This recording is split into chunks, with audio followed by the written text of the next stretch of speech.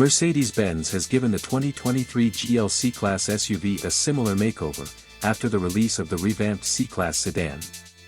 The 2023 GLC shares the standard turbocharged 4-cylinder engine, 48-volt hybrid system, and 9-speed automatic transmission of the C-Class, as well as being mechanically similar to the sedan and similarly difficult to distinguish from its predecessor.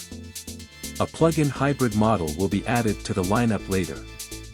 The GLC's interior receives the same technological enhancements as the C-Class sedans, including a big touchscreen infotainment display that is vertically oriented and cutting-edge driver assistance technologies.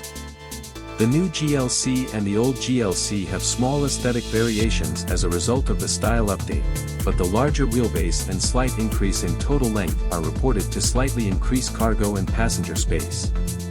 Early in 2023 is when we anticipate the 2023 GLC Class SUV going on market. Thank you for watching this video.